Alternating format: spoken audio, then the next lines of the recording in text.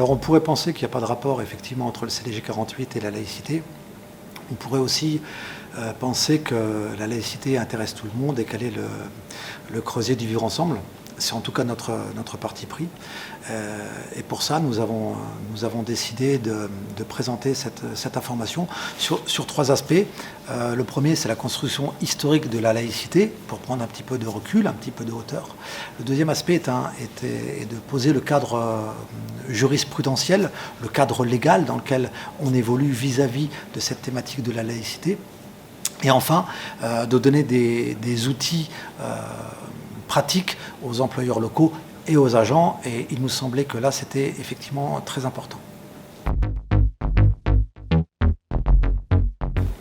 Alors nous l'avons vu, la laïcité s'inscrit dans un continuum, elle s'est construite par période, globalement plus précisément par tableau. Et elle a fait émerger, après une période multiséculaire, une liberté de conscience dont on jouit aujourd'hui.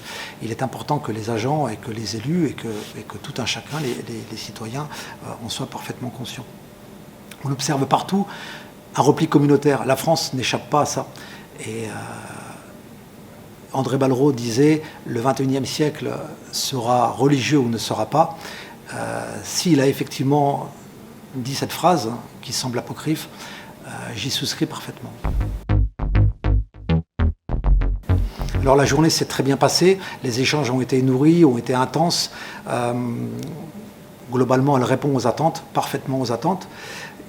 On a pu poser le cadre de l'histoire de la laïcité, bien entendu, le cadre jurisprudentiel aussi, ce qui m'a paru intéressant. Beaucoup de questions ont émané de l'auditoire, malgré le format en visioconférence.